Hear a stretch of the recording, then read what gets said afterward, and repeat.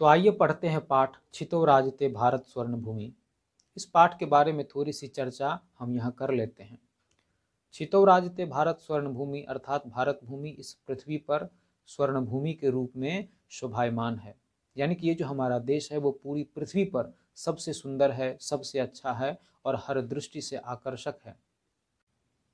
वो कहते हैं ना कि कुछ तो बात है हमारे इस देश की मिट्टी में कि यहाँ आतंकवादी भी आते हैं सरहद पार से दफन होने के लिए। यानी कि हमारा देश इतना सुंदर है, पवित्र है कि लोग सरहद पार से यहाँ इस भूमि में आकर अपना जीवन त्यागना चाहते हैं ताकि उनका उद्धार हो सके। हमारे देश में अनेकता में एकता है और यही इसकी विशेषता है। यह देश एक गुलदस्ता है जिसमें विभिन्न रंगों और सुगंध वाले पुष्प एक दूसरे से जुड़े हुए हैं। एकता इसकी कंठहार है।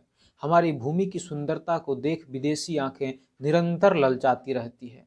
ये इतनी खूबसूरत है कि इसके कुछ भाग रेगिस्तान जैसे तप्त और शुष्क हैं तो कुछ ध्रुव प्रदेश की भांति ठंडे हैं। कहीं वर्षा की रिमझिम फुहार और अतिरेक है तो कहीं उसका नितांत अभाव है। उन्नति इतना कि आज हम हिमालय की चोटी पे पहुंचे, चांद को अपना बनाया, मिसाइल हमारे दोस्त बने और उपग्रह से तो हमने संबंध को प्रगाढ़ किए हैं। हर दृष्टि से यह देश अनोखा है, चाहे भौगोलिक दृष्टि से हो या खाद्य संपन्नता की दृष्टि से, चाहे उत्पादन की दृष्टि से हो या पराक्रम की दृष्टि से। तो आइए पढ़ते हैं पाठ छितो राजते भारत स्वर्ण भूमि। पहला श्लोक है, सुपूर्णं सदैवास्ति खाद्यान्न भाण्डं नदीनां जलं यत्र पीयूषतुल्यम् इयं स्वर्णवद् भाति सस्यैर्धरेयं छितो राजते भारत स्वर्ण भूमि। इसका हिंदी अर्थ होगा, हमारा यह देश हमेशा भरा रहता है। किससे? तो अनाज से, खाद्य वस्तु से, अन्न के भंडार से आदि इन सब से हमेशा भरा रहता है। और यहाँ की नदियों की जल तो अमृत के समान है। गंगा, यमुना, ब्रह्मपुत्र आदि पवित्र नदियों के जल को पीकर हम सब चिरायु हो जाते हैं। यहाँ के लहलहाती हरियाली फसल सोने के समान सुशोभित होते हैं। हमारा यह देश पृथ्वी पर स्वर्ण भूमि के रूप में शोभायमान है। अगला श्लोक है, त्रिशूलाग्निनागहि पृथिव्यास्त्र घोरै अनूनां महाशक्तिभिः पूरितेयं सदा राष्ट्र रक्षातानं धरेयं छितो राजते भारत स्वर्ण भूमि। इसका हिंदी अर्थ होगा, हमारा देश त्रिशूल, अग्नि, नाग, पृथ्वी आदि खतरनाक अस्त्र से, मिसाइल से, परमाणु से परिपूर्ण है। यदि कोई देश हम पर आंखें उठाए तो हम आंखें फोड़ देने की क्षमता रखते हैं। हमारा देश रक्षा में लीन वीरों की भूमि है। यह भारत देश इस पृथ्वी पर स्वर्ण भूमि के रूप में शोभायमान है। अगला श्लोक है, इयं वीर भोग्या तथा कर्म सेव्या जगत वंदनीया च भूदेव गेया सदा पर्व नामोत्समानं धरेयं छितो राजते भारत स्वर्ण भूमि। इसका हिंदी अर्थ होगा, यह धरती वीरों द्वारा भोगे जाने वाली है तथा कर्म से सेवनीय है। यहाँ अतिथि देवो भवः का भाव हर हृदय में होता है। यहाँ अतिथि को भगवान माना जाता है। इस देश का गुणगान सारा विश्व करता है और देवता भी इसकी महिमा से मोहित है। यहाँ हर दिन कुछ न कुछ नई प्रकार के त्योहार होते रहते हैं। जैसे आज पोंगल तो कल मकर संक्रांति, परसों होली तो तरसों रामनवमी, दिवाली, बुद्ध पूर्णिमा, हर दिन नया त्योहार होता रहता है जिससे हमेशा खुशहाली रहती है। इसी सब परिपूर्णता के कारण यह भारत देश संपूर्ण पृथ्वी पर स्वर्ण भूमि के रूप में शोभायमान है। अगला श्लोक है, इयं ज्ञानिनां चैव वैज्ञानिकानां विपश्चिज्जनानां इयं संस्कृतानां बहूनां मतानां जनानां धरेयं छितो राजते भारत स्वर्ण भूमि। इसका हिंदी अर्थ होगा, यह देश ज्ञानियों की, वैज्ञानिकों की, विद्वानों की, सुसंस्कृत लोगों की यानी कि अच्छे लोगों की है। यहाँ अनेक धर्म और संप्रदाय और मतों के लोग रहते हैं। इन सब से मिलकर यह देश बहुत खूबसूरत बनता है और इसी समागम के कारण यह भूमि, यह पृथ्वी, हमारा यह देश संपूर्ण पृथ्वी पर स्वर्ण भूमि के रूप में शोभायमान है।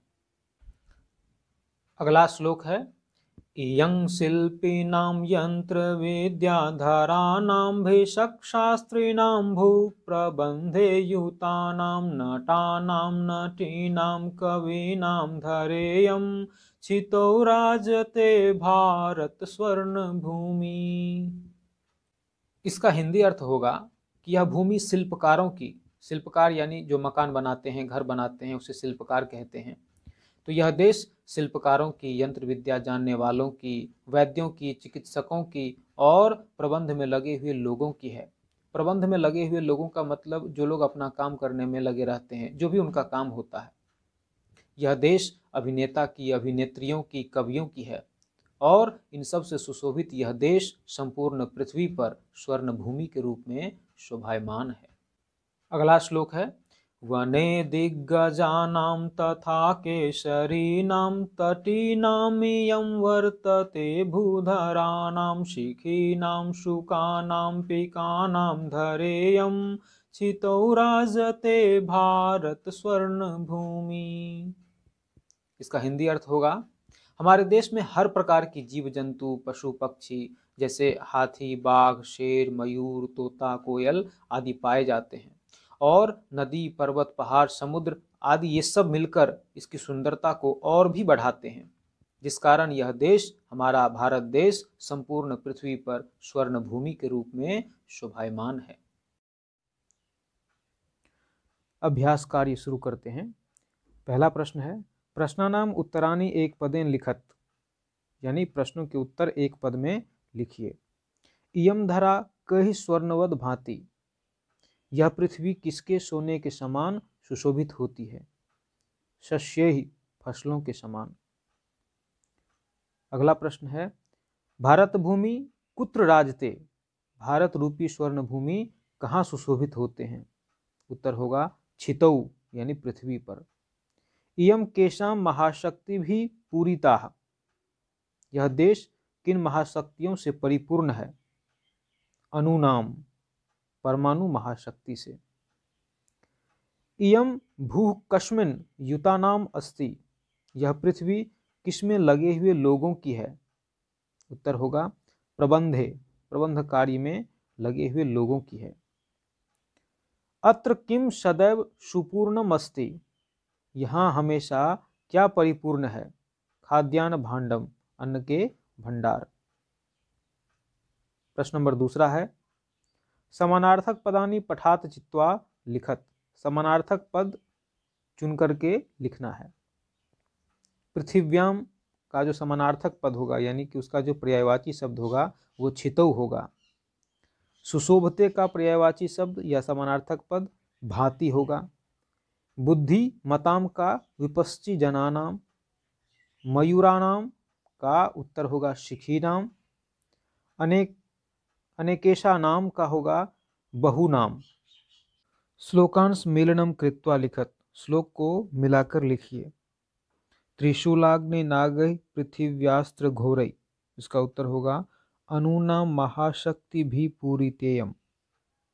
सदा पर्व नामुत्समानम धरेयम, इसका उत्तर होगा छितौ राजते भारत स्वर्ण भूमि। वने दिग्गजानाम तथा केसरीनाम, इसका उत्तर होगा तटीनामियम पर्वते भूधरानाम। सुपूर्णम सदैवास्ति खाद्यान्न भांडम, नदीनां जलम यत्र पीयूषतुल्यम। इयं वीर भोग्या तथा कर्म सेव्या, इसका उत्तर होगा जगत वंदनीया च भूदेव गेया। चित्रम दृष्ट्वा पठात उपयुक्त पदानि गृहीत्वा वाक्य पूर्ति कुरुत, चित्र को देखकर उपयुक्त पद से वाक्य की पूर्ति करें। पहला है, अस्मिन चित्रे डैश बहती, इस चित्र में क्या बहता है? अस्मिन चित्रे नदी बहती, इस चित्र में नदी बहती है। अगला प्रश्न है, नदी डैश निःसरति, नदी डैश से निकलती है। नदी पर्वतात निःसरति, नदी पर्वत से निकलती है। नद्याः जलम डैश भवति, नदी का जल डैश होता है। नद्याः जलम शुद्धम भवति, नदी का जल शुद्ध होता है। डैश सस्य सेचनम भवति, डैश से फसलों की सिंचाई होती है।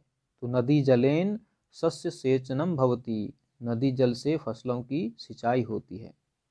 अंतिम प्रश्न है, भारतः डैश भूमि अस्ति, भारत डैश भूमि है। भारतः स्वर्ण भूमि अस्ति, भारत स्वर्ण भूमि है। प्रश्न नंबर 5वां, चित्राणि दृष्ट्वा मंजूषातः उपयुक्त पदानि गृहीत्वा वाक्य पूर्ति कुरुत। चित्र को देखकर इस पेटिका से उपयुक्त पद से वाक्य की पूर्ति करें। पहला है, अस्मिन् चित्रे डैश दृश्यन्ते, इस चित्र में डैश दिखाई देते हैं। अस्मिन् चित्रे अस्त्राणि दृश्यन्ते, इस चित्र में हथियार दिखाई दे रहे हैं। ख, एतेषाम् अस्त्राणां डैश युद्धे भवति, इन अस्त्रों का डैश युद्ध में होता है। एतेषाम् अस्त्राणां प्रयोगः युद्धे भवति, इन अस्त्रों का उपयोग या प्रयोग युद्ध में होता है।